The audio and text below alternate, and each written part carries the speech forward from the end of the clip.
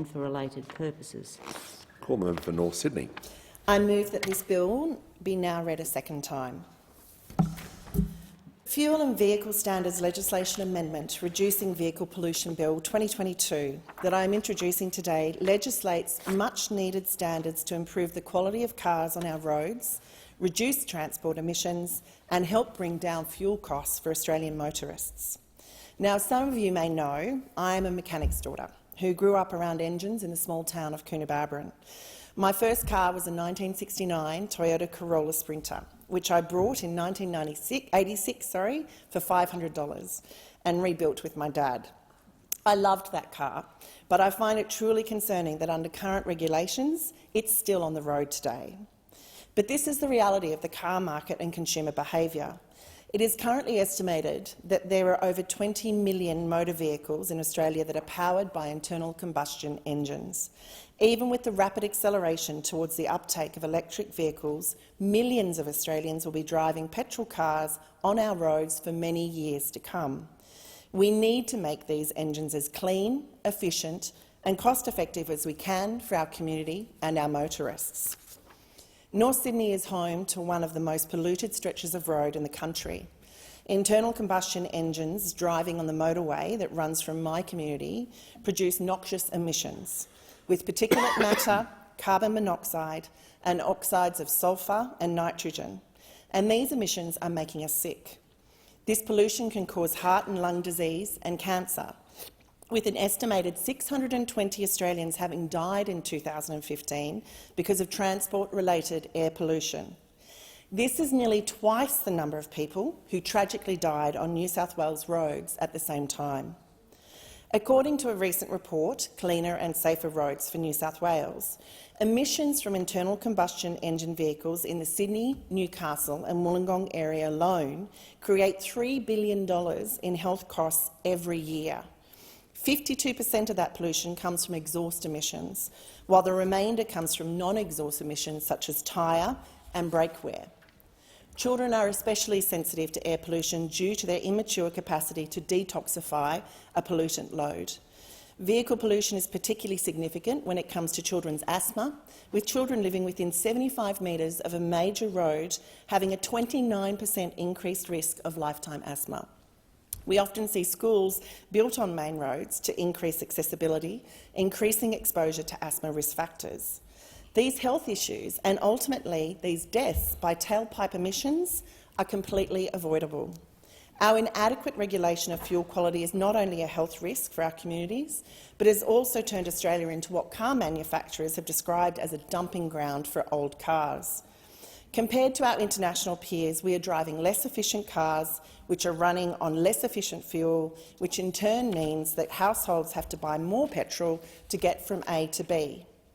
In 2016, the Turnbull government's Ministerial Forum on Vehicle Emissions found that adopting Euro 6 standards would have saved the average Australian household over $500 a year in petrol costs, potential savings that would be even greater today, Mr Speaker, given current petrol prices. Improving our fuel quality is an incredibly important lever in bringing down carbon emissions for our transport sector, given internal combustion engines still comprise 99.7% of all Australian road traffic. Light vehicles account for around 11% of Australia's greenhouse gas emissions. Change is long overdue.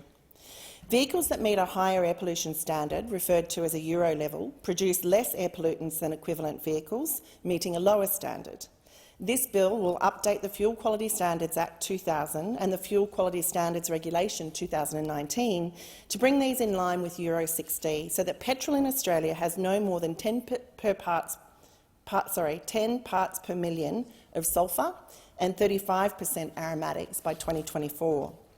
At the same time, the bill will also update Australian Design Rule 79/804 to require light vehicles to meet Euro 6D standards, with changes coming into effect immediately for diesel vehicles and around 2024 and 2025 for petrol cars.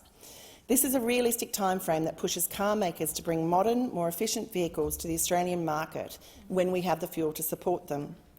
Euro 6D is already used by 80% of the car market globally.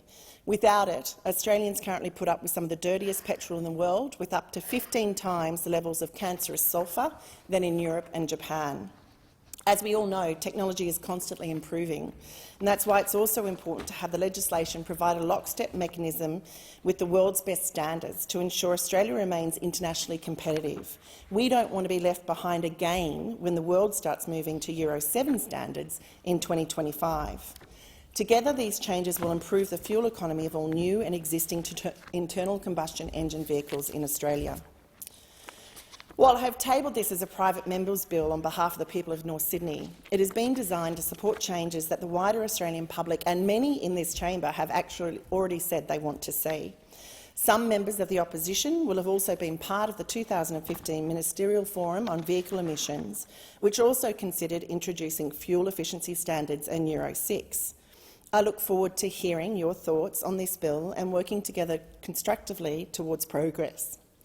Overall, this is a pragmatic and effective way for Australia to clean up our cars. We're improving the quality of fuel that goes into them, reducing the noxious emissions that come out of them, and driving down carbon emissions. It's a win for consumers and communities who will benefit from lower fuel costs, better health outcomes across Australia, and particularly in high-traffic areas like my electorate of North Sydney and the wider range of new car models to choose from. It's a win for the automotive industry, which will benefit from clearer regulations and fuel quality that is more consistent with the standards they are experiencing overseas. And it's a win for our nation as a whole, which will benefit from reduced reliance on imported foreign oil and much-needed progress towards our climate targets. We do not need another inquiry into this area, Mr Speaker. It's time to shift gears. We need to clean up our cars urgently. I will now invite the member for Curtin, who is seconding the bill, to offer a few comments in my remaining time. Is the motion seconded? Yes, Mr Speaker.